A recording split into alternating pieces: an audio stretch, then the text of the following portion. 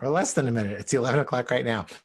Hi, my name is Greg Chambers, and this is a little webinar in the GoLeads lead generation webinar series on LinkedIn prospecting. So a lot of questions lately about LinkedIn as more, well, I don't know, it's more and more people, but I think it's certainly moving beyond just the most aggressive salespeople using LinkedIn to where other people are getting more value from it currently. So I'm going to go through extending a reach, how we do it, or my approach, the GoLeads.com approach, which, and I'll tell you where it fits into what it is that we do, but it should answer the question, what does a database company do with a database like the LinkedIn database? So I'm going to pop through here. If you have comments and questions, go ahead and use the text chat. And Nui is going to be in there helping me answer questions.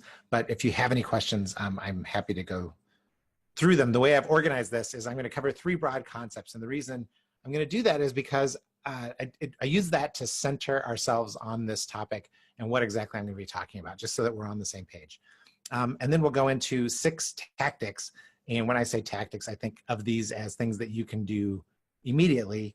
Some may be that you're already doing, others that maybe you just need to see somebody else do it. And then the Q&A, the way we'll do the Q&A on this one is if you have questions, I'll answer. And as a matter of fact, I usually start the front with, if you have any things that you're hoping to hear, stick them into the chat box and I will cover them as I go along. In the past, the attendees have been a little quiet. I think that everybody wants to just watch the recording. And maybe that's why they sign up. But if you have me live and you have questions, feel free to ask them inside of that chat box. But with that in mind, let's go ahead and jump into the 3 broad concepts. So I say these are 3 broad concepts because they are broad and they are concepts. The first one is to know thyself. The second one that we'll cover is wherever they are, be there. And the third one is what will tomorrow bring? So let's pop through those real quick. Know thyself. What I mean by know thyself is there's so much advice out there that it's hard to separate what will work from what won't work. So the way to get around that is you have to really know what it is that your process is and then try to fit new solutions into it. So for instance, if you're just approaching a tool like LinkedIn for the first time, you need to know where it's going to fit into your sales cycle exactly, because when you don't do that, let's talk about what happens when you don't fit it in, is that a lot of times the consumer, it's your customer, it's the client, it's your prospect who you're talking to, that they're the ones who get confused because they're not sure where you fit in. And most of the time where we see it in practice is we see that the branding gets changed depending on what the tool is. And the reason that that happens is a lot of times we're not taking the tool and fitting it to the process as much as we're looking at the tool, getting excited about the tool, and then thinking to ourselves, how is it that we use this? And the tool says, hey, this is the best way to use our stuff. So we come from the school of know yourself first and then try to fit it in or see where it fits in, because not every tool that we bump into or not every tool that has value will fit into your process. And the way you get that done, the way to know yourself, the way you know your own sales cycle especially, what we have clients do is we say, hey, can you write it out for us? What is your ideal sales cycle? So by mapping out their ideal sales cycle, we can take a look at where it is that a tool like this will fit in. And if it will ever be used, because even then, there's a whole thing that goes with it may be a tool that is useful to your sales cycle, but it's not useful to you because nobody's going to use it. Some people just don't like social media. I get it. So don't think of using a tool like LinkedIn gets harder. So for an example, just to use GoLeads as an example, we are a company that has been built on inbound. We sell outbound lists. We sell lists that people can use to do outbound prospecting, to reach out to people in their marketplace, to do market research. And the way that we rank order our sales cycles is we try to attract people into calling us as much as possible, number one. Then we do outbound to our existing customers. So those people that have already reached out to us, we will then do outbound with them. And then a tool like this, like LinkedIn, fits in third. So it's kind of lower on the list than if we were going to evaluate a tool. And when we evaluate it, the first thing I look at LinkedIn is I say, okay, so if outreach via LinkedIn is the third approach we'd take, what is the first approach? Is there anything inbound can help us with to do with our inbound traffic? And we'll cover that. That's actually one of the tactics that we'll plug in here. Thanks for that photo, Mr. Flickr guy. The second one is wherever they are, be there. And the they in this is your customer. In your customer's decision path, where does a tool like this fit? It's often curious, especially with a tool like LinkedIn. It seems like most of the consultants who are pushing LinkedIn as a solution, one of the things that they will say to defend it is say, Greg, who do you know that's not on LinkedIn? And I have to think to myself, that's a hard question to answer. Because I don't know who I know that everybody I'm connected to on LinkedIn, I've got a few thousand, or I think 1,500 connections, something like that. I know that that's not everybody that I know. And there's a lot of people in there that I really don't know all that well. But I don't know, and I don't know that that's the right question to be asking. The better question that we should be asking is, we should be clear about how our customers are making decisions and how they would find or get exposed, how they'd prefer to get exposed to a tool or a product or a service that we offer. And then if we can be there in that part of the process, that's another way to approach it. So you can never know too much about your buyer's decision process. And as for example, I kind of popped one up there, salespeople, if you're targeting sales, that LinkedIn feed, which is a feature of LinkedIn, is a great place to be. You should probably be there if that's who it is that you're targeting, because it seems like most salespeople I know like to spend a little bit of time inside of the LinkedIn feed. But if your target is CEOs, on the flip side, I don't know that I've gotten anything from any input from most CEOs of larger, let's say small to mid-size, greater than 50 employee companies that get much out of their LinkedIn feed. And even the ones that do, it's probably not them that is actually manning the things that are going on inside there. So for an example, or the way you would get this done is, I would say, go straight to your customers. The way to learn about their buyer decision process is always to go directly to them and then ask them this simple question, which is, before we met, so before we engaged, as you're making this decision, what things did you consider your customers are going to be the easiest way to help you identify areas in their decision process and your sales process where you can map those two things together. So an example, I already started to give you this example, but a LinkedIn consultant was contacting us and saying, hey, you know what, as we were still debating back and forth, like, how is it that we can get the most out of this tool? And do we actually need like third-party help to get out of this tool? The statement was made, I know people, Greg, personally know people making thousands on LinkedIn each day.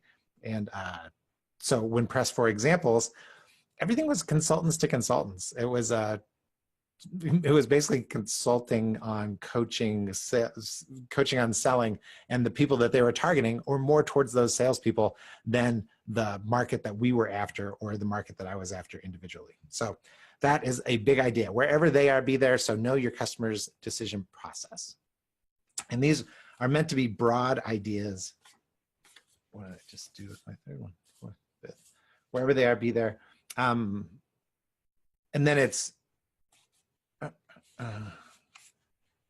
where is, you can't see this, but I'm looking through my notes here thinking, where did I put that card? What will tomorrow bring? This is a picture of the actual, when I went to college, this is a picture of the tool that I talked my parents into helping me get so that I could go to school and take care of my papers. This is the tool that I just got from my soon-to-be college student over the years. What will tomorrow bring is all about, it's not the tool, it's how you use it. The new stuff is happening each day. There's new markets that are being, like there's new social media groups that are being built. I just read about one this morning that was started, which is all about students and grad students, but it's the LinkedIn for students and grad students, and they raised 11 million bucks. So I'm sure they're going to be making an impact out there. As you bump into these new tools, it's important for us to know, because we don't want to get involved in this, the hype machine that goes around a lot of these tools and get that fear of missing out, right? As my kid would say, FOMO, Dad. So you're better off sticking to your process and making it all work. So you should consider all new technology, consider all new tools that your customers may be working in, especially if it's part of their decision process and where it fits. But then you really need to dovetail that into your cycle to decide whether or not to do it. For example, we have a customer who is a cosmetic dentist who was spending time and effort on LinkedIn. This we had no evidence that any of his customers, I take that back. So we had evidence that his customers were on LinkedIn. We had no evidence that they were looking for cosmetic dentistry or that it was worth his while to be there, versus something like Pinterest or Snapchat. So different tools for different situations. And then in the end, it's always going to be, it's not about the tool, right? Originally when I built this slide, I thought, oh, that TypeStar 220, it was pretty cutting edge in its day. It really didn't make me a better writer, and neither will the fortune that was spent on this MacBook Pro for the kid. He's still got it, right? Tiger Woods can play with my clubs and destroy anything I can do to a golf course, even though he may be struggling. So it's not the tool, it's how you use it. That's the third big concept behind LinkedIn. When we approach these tools, those are the things that we keep in mind. And that is, right, know thyself, make sure you have your sales cycle down pat, and don't try to adopt to their sales cycle or whatever suggestion that they make, that like, oh, you should be doing this. Think to yourself, do we do it now? And does it replace anything that's in our current sales cycle? Wherever your customers are, wherever they are, you need to be there. So know your customer's sales cycle and then dovetail those two things.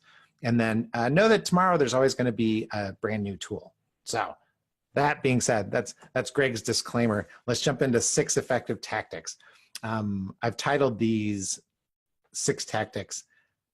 I always feel like one step ahead. I feel like I'm reading the Jeopardy lead in. One step ahead. These are different categories. One step ahead. Cats/dogs. Step it up. Monkey see, monkey do. And 10,000 steps. So those are the 6 tactics that we're going to cover. Let's jump into the first one. I always feel like when you hear this, if you're, I may have dated myself by showing that typewriter, that automatic little tiny computer typewriter that I had back in the day. But do you guys know Rockwell and the Michael Jackson? I always feel like somebody's watching me. I can hear it in my head right now. What this is retargeting, right? You need to use LinkedIn. If your customers are on LinkedIn at all and they visit your website, you've got a built-in tool where you can show ads to that audience. So instead of showing it to everybody on LinkedIn, you're only showing it to the people who've been to your website.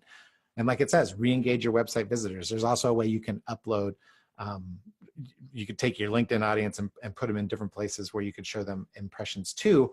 But the big idea behind this is why you want to do it is you want to, right now, there's a default that everybody has when you get introduced to any new service. So if I called you today and left a message, there's probably a good chance that if you heard the name Greg Chambers and if you didn't know who I was and GoLeads, you might type into Google Greg Chambers GoLeads, or at least my company name. So if everybody's going to be Googling them, there's a chance that even if you've never actually made contact with somebody, that they may still do research about you on your website, in which case you can start to build those impressions. You can start to build the idea of who you are and what your brand is on there. So the way you do this is you need to go into the LinkedIn ad manager, find this insight tag, which is hiding under your campaign manager, under account assets. There is a little thing called the insight tag. It's going to give you a tag, and then you need to take that tag, and hopefully you're using, this is a snapshot of Google Tag Manager. The Google Tag Manager tool is a marketer's best friend, a salesperson's best friend, because instead of having to rely on your IT department getting a LinkedIn Insight tag on every page of your website, or any other property that you've, any other place online that will allow you to put a tag for your customers, it's easy to populate by yourself. You just need access to the tag manager. So you can do that. So we see this every day in the businesses that we're trying to help with generating leads. Contacts are harder. Voicemail is very common. So we promote doing an advertisement on voicemails when you leave them. And that usually generates, we see an uptick in traffic that happens right after that. With that uptick in traffic, the retargeting networks like LinkedIn or like Facebook, if you attended the Facebook webinar, it's very similar to that. We want to be there and at least be increasing the number of impressions, because it takes a while to get through. We love to say the rule of 30. And if you've heard me say it before, I'm going to say it again. It takes 10 impressions of an idea before it gets through to people. And then only 1 out of 3 of your impressions are going to get through at best. That's at very best. So plan ahead. And actually, I've got one of the tactics is I will show you an outline for a way to get those 10 impressions on a particular idea in there. So it doesn't break the bank. If you're wondering, the cost for LinkedIn ads is, it runs a little higher than most, but since you're doing retargeting, it tends to be pretty cost effective. And the goal is to build consistency. Consistency leads to momentum. Momentum leads to breaking through obstacles. One of the biggest obstacles being people saying, I have no idea who you guys are. Okay, one step ahead. So I must be stuck in the 80s. I didn't realize. So here's a Madness song, One Step Ahead. And what it is we're going to talk about one of the more powerful things. I actually just got an email from, I met with one of my other kids. His friend just graduated from college, and he's starting a career selling insurance. And when I met with him, the conversation didn't really go anywhere. It was uncomfortable. I'm a lot older than he is. You know, I coached him when he was a kid. But one of the hints I gave him was this exact hint, and he just connected with me on LinkedIn. So maybe there'll be a chance he uses it. Referrals. Most of our businesses, if you get an unsolicited peer-to-peer referral, so somebody talks to somebody else and then calls me, that is by far the most powerful lead source that you can have. Like, there's just so few questions that need to be asked at that moment.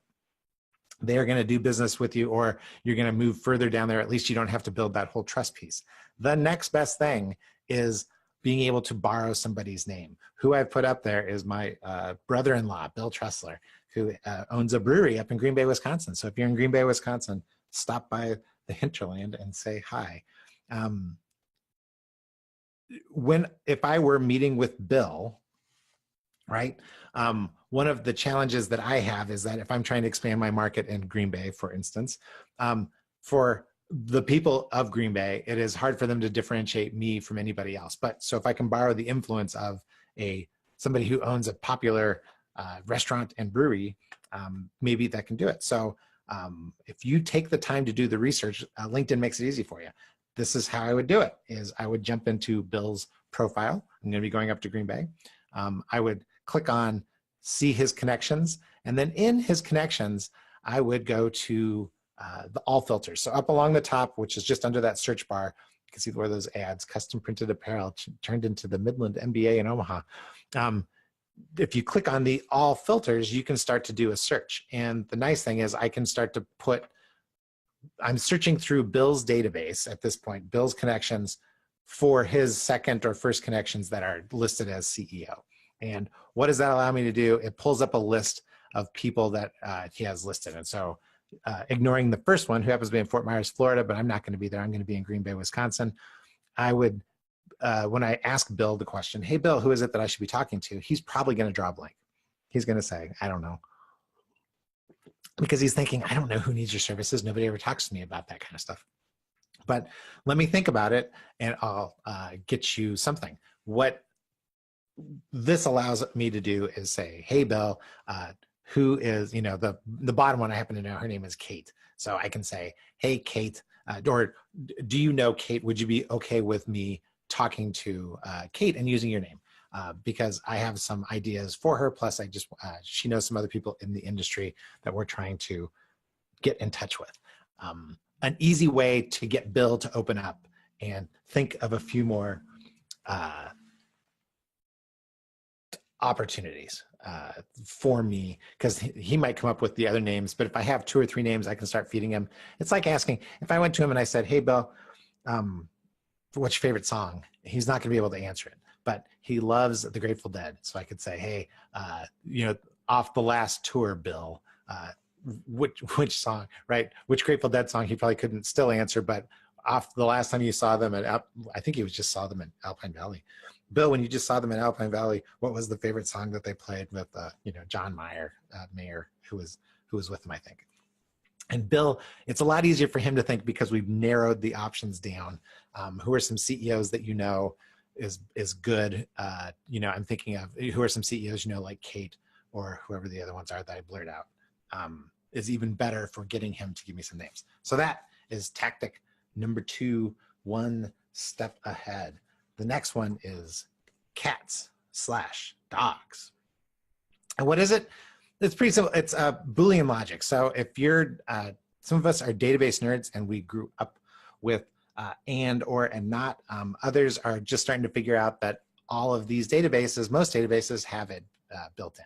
So ignoring what I just showed you before, which is searching inside of my brother-in-law's network, it is searching, just using the regular search, but still clicking on that same advanced or all filters or whatever it was. I'm going to peek back here.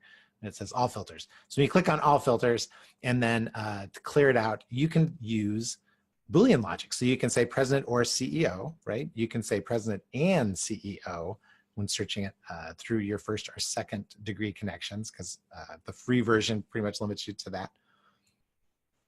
And you could use president, not CEO, so that anybody who's listed as president or has president but does not have CEO in the title box. Why would you take the time to do this? Because it makes for better searches. When it pulls everybody up and you've got to scroll through and scroll through and scroll through, Boolean logic actually lets you start to knock it down a little bit. I'm using title as a for instance, but you can use it on any of these. You can do it on Greg, not Gregory. So I don't want any pretentious people who call themselves Gregory or list themselves as Gregory. I just want all the ones who list themselves under my same name as Greg. Maybe that's what I'll do. So an example would be like sales-friendly CEOs.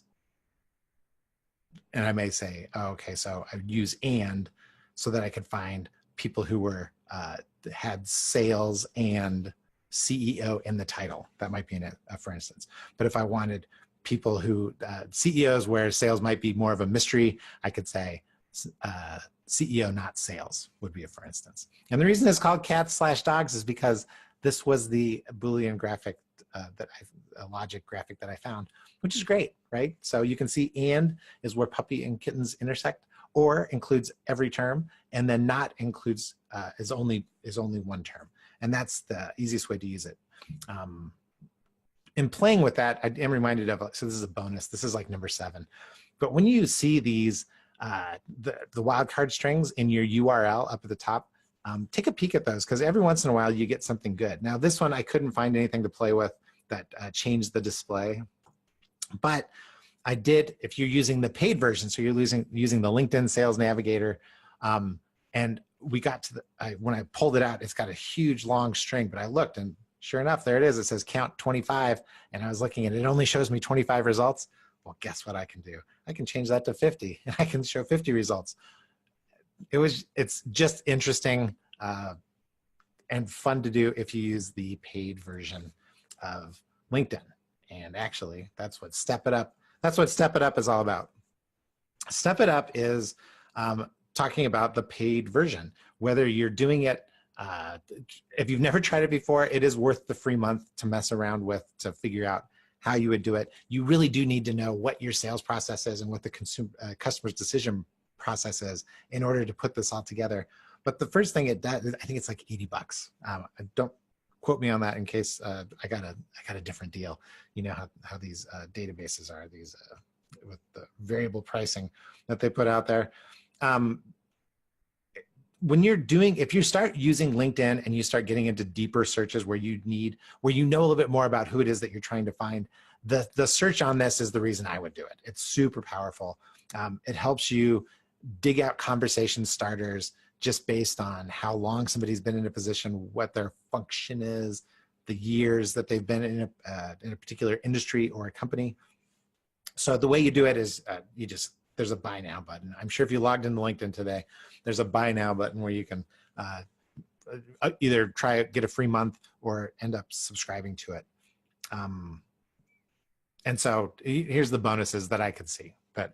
So unlimited browsing, you know, pretty much, I've never been shut down on browsing through LinkedIn. So I don't know, they tout it. So there must be something they limit you by, but the saved searches is actually something, if you are messing around with Boolean logic and you're starting to narrow your markets down, it's not a bad idea to be able to save searches, but is it still worth the money?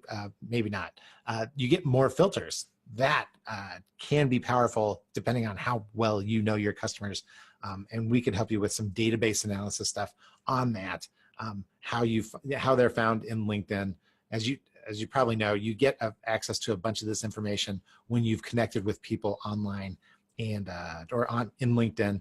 And then when you download the information on the back end, you get to share it, doing some quick little database analysis on there with customers, with people who made it to proposal, or people who at least continued a conversation with you, may provide some insights that make this tool a lot more useful. And they tout this in-mail thing where people can send you notes directly via in-mail. And they promote anonymity. I'll tell you why I put the question mark on there is because you can search by title, right? So to search by title, industry, you can save a search like a research assistant, or you know, if we were targeting right now, one of the new market that we might take a look at is dealers of a particular type of farm equipment. And so the current search limits us a little bit. We'd be able to get much closer to what it is that we were searching for. And what I got is I get these in-mails, more and more of them every day.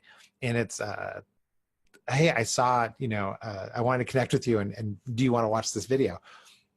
We can talk more about that. I don't know that, I'd be curious as to how effective the in-mail prospecting feature is. Again, if your customer is on LinkedIn and doesn't have a lot of people hitting them through that channel, maybe that's powerful. Mixed in is how I would do it, and we'll talk about that in a second too. So that one is, let's see, step it up. So we're through number 4. Number 5, monkey see, monkey do. This one gets into a little bit more of the just hacking what people put into their messages. I've noticed it's as more people are getting on there, there's a lot, the descriptions are getting a lot plainer. But some of the original people had great descriptions. And when I say monkey see, monkey do, it's sometimes you can speed up response times. Sometimes your marketing message is more effective when it reflects the same language that they use. So they wrote it, right? You're mirroring their language. It's an opportunity. They recognize it as their own, and maybe you guys think the same, right? So it's always important to match before you can lead, right? That's a sales 101 principle, is meet them where they are before you can lead them to a new place. So mirroring the same language is an opportunity to do that. So for instance, this is the description that he puts under himself: 20 years experience in entrepreneur. So the words I start to look for are like entrepreneurial, high growth, things that are attractive to you. I would not say it exactly the same way. Love, he uses the word love. I may not use that in any correspondence, but I may say it to him. You know, I love to recruit and build new relationships and businesses too, and that's why we should connect, and maybe that can start a little bit of a relationship with them. So what you want to do in there is just look for anything that jumps out that's unusual. database, sales, operations, supporting, all that other stuff doesn't mean anything to me. It may mean something to you if you were trying to reach him. And so going back to the email that I just got last week, it was, I see you help people. Now, I didn't go back and double check this, but I thought it was such an awkwardly phrased comment. It had to have come out. It's probably inside of my profile that's in there to where I help people. And then, so we should connect. And so I connected because I do like to help people. And then she was the one that ended up sending me the video. So maybe since you love helping people and I love helping people, watch my video. I kindly replied, but you know what? Maybe there's something to this, even as I try to poo-poo it away from myself. Yeah, I did respond to her because I was like, no, thanks, I'm not interested. 9 times out of 10, I just ignore those things. So there's something to it. I'm a victim of my own ideas in here. All right, last one, number 6, 10,000 steps. I don't know if you guys have these little Fitbits. I don't, because the last thing I need is for somebody else yelling at me about my lack of activity or the fact that I sit in front of a computer most of the day. But at one point I was curious because everybody was talking about their 10,000 steps. Where does 10,000 steps come from? So in case you want to know, there was a study, and one of the grids that they broke people into was obese, not obese, and another section of the grid was active, not active. And it turns out that if you're obese and not active, you really do severely cut your lifespan. However, if you're obese and you're active, you tend to live longer, right? You get closer to the ages of the non-obese people, the non-obese non-actives and the non-obese actives. So they wondered what that was, and it turns out that 10,000 is about where that was broken. If you were over 10,000 steps, that was, you tended to be, at least even if you were obese, you were in that active group, so you would tend to live longer. So get those 10,000 steps was the piece. The way I use it is, I'm saying that all prospecting is a process, right? So is it, internally we love to say, is it better to be good or is it better to be there? And the default answer, in case I'm not going to ask this question of the group, because my answer is it's always better to be there. It'd be great to be both, but at the very least, can you be there when your prospect is ready? So how do we move through the marketplace without where we can keep ourselves in front of people for the time that they're ready to make decisions? And again, referring back to that rule of 30, what we say is, if I'm just trying to introduce myself to somebody who's never heard of me before, it's probably going to take 10 times for them to hear my name and what I do before they associate us together. But not every one of my impressions is going to get through. So how do I plan 30 impressions would be what I would say. In this case, what we're doing is I'm going to walk you through a 10 plus 1 way that I consider impressions and where LinkedIn fits in. So the 2 impressions are just voicemail and email on an introduction. So I'm going to give you a process for 10,000 steps. If you can at least do these 10 using this tool, you will, over time, improve your success.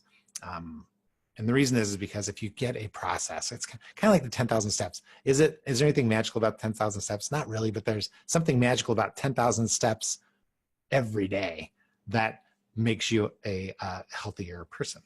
Even if the 10,000 steps are down to the Burger King.